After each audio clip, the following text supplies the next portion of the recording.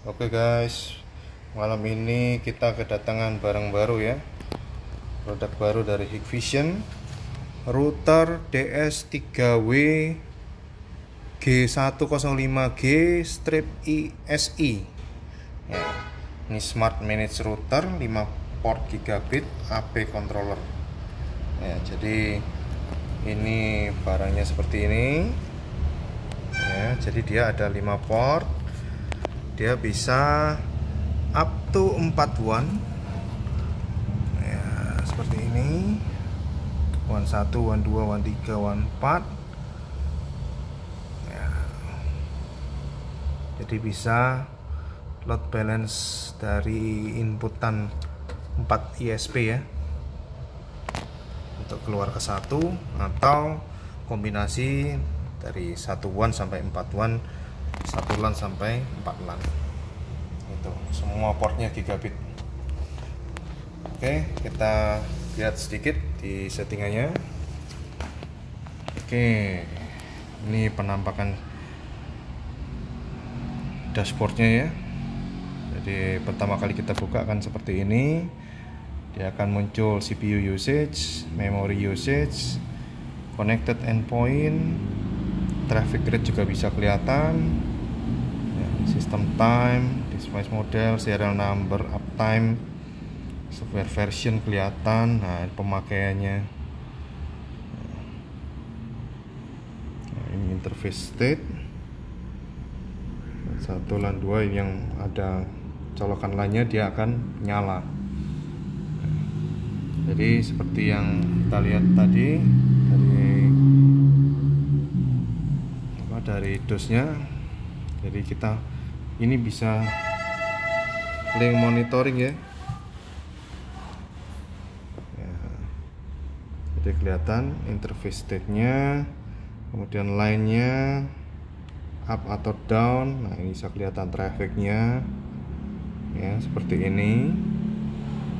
Kemudian bisa traffic ranking ya, kalau kita enable kita bisa kelihatan semua nih. Oh, ini IP berapa semua yang masuk ya, endpoint MAC address-nya berapa. Ini karena dia masuk di router, makanya dia akan munculnya seperti ini. Ini pemakaian bandwidth-nya ya, kelihatan semua.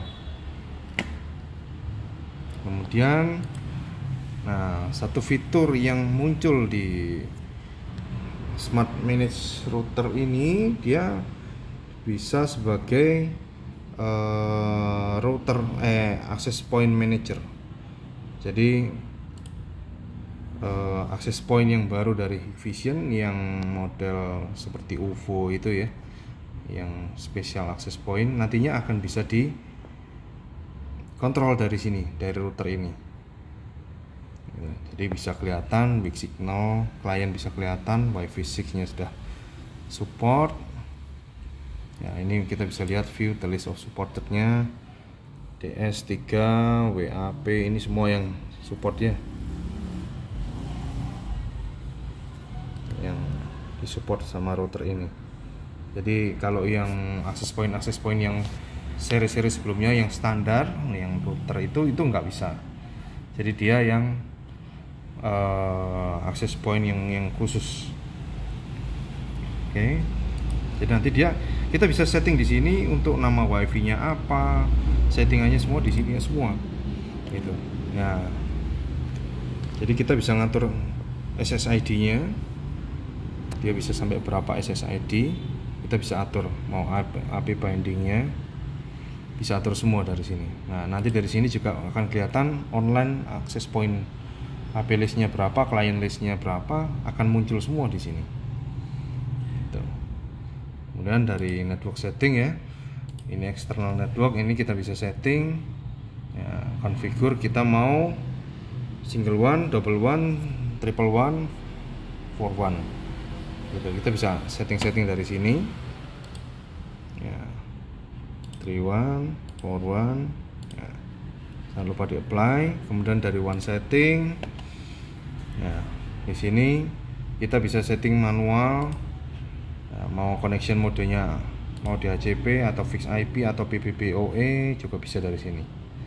Ya, kemudian jangan lupa ini uplink network bandwidth ini kalau bisa diisi supaya apa? Supaya nanti kita bisa setting bandwidth limiternya, bandwidth management. Ya. Oke. Nah, ini multi one policy-nya di sini. Nah, kita bisa milih nih, mau average load sharing, mau bandwidth based load sharingnya. Ya. Atau carrier based load sharing, multi link advanced load sharing, atau bisa link backup. Jadi primary linknya yang mana, backupnya yang mana kita bisa atur. Nah, ini dari LAN. Nah, dia support VLAN ya. Nah, kita bisa atur karena karena kita setting dia single one 4 LAN. Nah, ini kita bisa atur. Ini sudah saya setting dulu. Jadi kita mau coba VLAN. Nah, LAN 1 default ID VLAN-nya 1. Jadi permitted VLAN-nya hanya VLAN 1. LAN 2 default ID-nya VLAN-nya 2, permitted VLAN-nya 2. LAN 3 ini saya trunk, tapi VLAN ID yang defaultnya dia VLAN ID 1. 4 juga saya trunk, tapi VLAN ID defaultnya adalah VLAN 2. Nah, VLAN settingnya ini kita lihat di sini. Jadi VLAN 1 kita pasti pakai default 9.1. Ya, VLAN 2 2.1. Ya, subnet 9 sama subnet 2. Jadi, kalau kita lihat dari VLAN division, lihat dari PVID-nya. Kalau PVID-nya 1, berarti dia dapat IP 9 titik sekian. Kalau 2 berarti 2 titik sekian. Ya, lihat dari sini. Jadi meskipun ini kita permit LAN 1, VLAN 1, VLAN 2, tapi kalau defaultnya 2 ya dia akan dapat IP 2 titik sekian. Itu. Jadi trunking ini akan berfungsi di manage switch ya. Itu. Oke. Kemudian untuk portsnya seperti ini akan kelihatan speednya berapa, 1 Gbps atau 1 Gbps, 100 Mbps, kelihatan semua. Kemudian ada NAT, kita bisa ngatur DMZ nya, one to one mapping, address pool, port triggering, advanced setting, ini ada semua. Address group ini nanti akan berguna, kita mau grouping, jadi misalkan di perusahaan ya ada bagian finance, kemudian ada bagian IT, ada bagian sales, ada bagian macam-macam ya, GA General Affair, yang nantinya akan kita pakai di load balance di bandwidth management. Nah, di sini kita bisa atur rate limiting. Jadi nanti misalkan staff finance ya, bandwidthnya kita atur hanya 5 Mbps. Nah, ini kita bisa set ya. Upload bandwidth, download bandwidth, time range-nya kita bisa atur mau pada saat jam kerja aja yang baru dia ngelimit, atau all the time dia ngelimit bisa. Nah, nanti bisa diatur ya, mau staff finance, staff sales, staff marketing, staff GA. Nah, itu kita bisa atur. Jadi di sini di bandwidth management, kemudian ada behavior control. Nah, ini kita bisa enable application control. Kemudian kita bisa atur. Nah, policy name-nya apa? All user, all time range, network control. Itu. All user, all time range. Nah, ini application controlnya seperti ini. Nah, custom. Nah, ini nanti mau pakai yang apa? Gitu. Dia bisa ngatur. Ya. Mau URL control juga bisa. Jadi mau situs-situs tertentu, website tertentu kita blok bisa. Ya, deny list atau allow list. Kemudian ada audit logs, nah, security, ini ada firewallnya ya. Nah, ini kita bisa atur ya. Connection limit, MAC filter, ARP attack, DDoS attack. Nah ini lumayan ya, daripada beli firewall tambahan lagi, ini sudah cukup bagus ini. Attack defense statistik, tinggal praktik abnormal traffic bisa. Nah ini kita bisa atur enable DDoS dari mana. Nah, ini kita bisa atur seperti statistik, deny list, access control. Nah, kemudian dia bisa support VPN ya, mau pakai IPsec, L2TP server, L2TP client sudah support. Nah, app service DDNS dia bisa, local DNS bisa. Nah, universal plug and play ya. Kita bisa set static routes. Nah, system tools, network diagnostic bisa kita bisa ping dari sini, bisa trace route, bisa trace ini paket sini kemana, hasilnya bagaimana, diagnostik ya, sistem self test, port mirroring. Nah, remote management supaya kita bisa atur ya, bisa cloud connection. Ini berarti nanti bisa muncul di aplikasi. Ini untuk restore factory, upgrade, sistem lock. Oke. Nah, ini tadi kalau misalkan kita coba VLAN, ya. Ini laptop saya ada di port LAN 1 ya. Dia IP-nya 9.2, IP subnet 9. Tuh. Nah, kabel yang putih. Nah, sekarang kita coba ya. Kita tukar. Yang masukkan di LAN 4 aja. Ya, PVID-nya dia VLAN 2. Oke.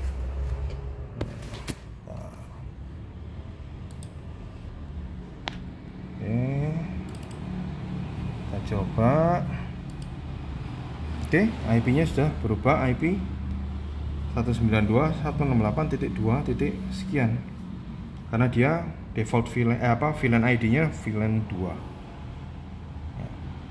Nah, ini tadi sudah kita tes, sudah kita setting dulu. Jadi kalau misalkan dia di subnet 2, dia tidak ada bandwidth limit. Kita coba ya, tanpa bandwidth limit.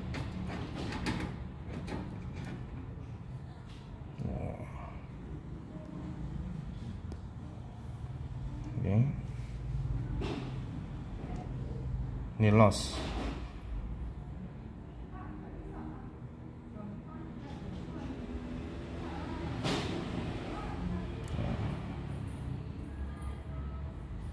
Oke.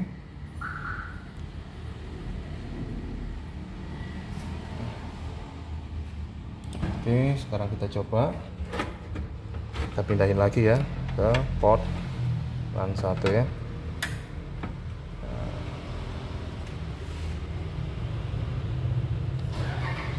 Oke, kita tes. Kita lihat lagi. Ya, IP-nya sudah IP subnet 9 ya, 9.2. Oke. Nah, subnet 9.2 ini saya sudah limit setting bandwidth. Ya, bandwidth manajemennya. Nah, ini tadi kita limit 5 Mbps ya.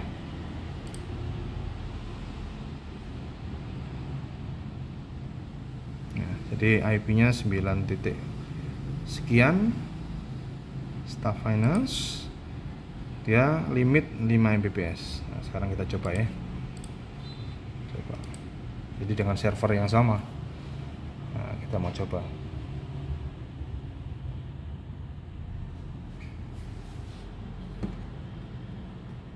Nah, dia akan turun ya.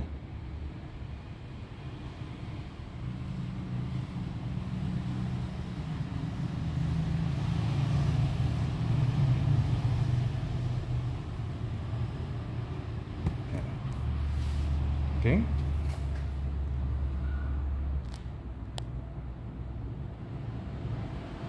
Dia di 5 ya.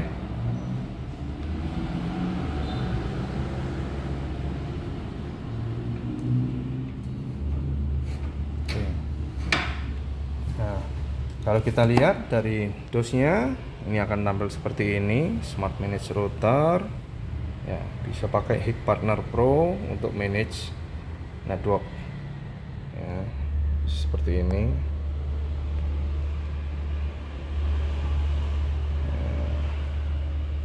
Pemakaiannya seperti ini ya, untuk kamera, sailing AP, outdoor AP, intercom ya, router ya, ini bisa seperti ini. Nah, dia ditulis di sini, dia bisa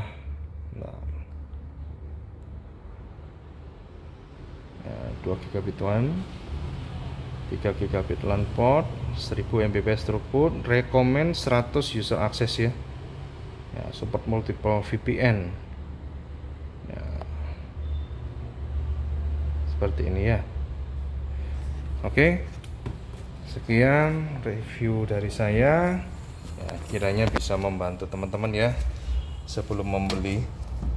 Itu. Nah, ini salah satu alat yang cukup powerful ya, yang akhirnya dikeluarin juga sama Hikvision ya. Oke, semoga bisa membantu ya.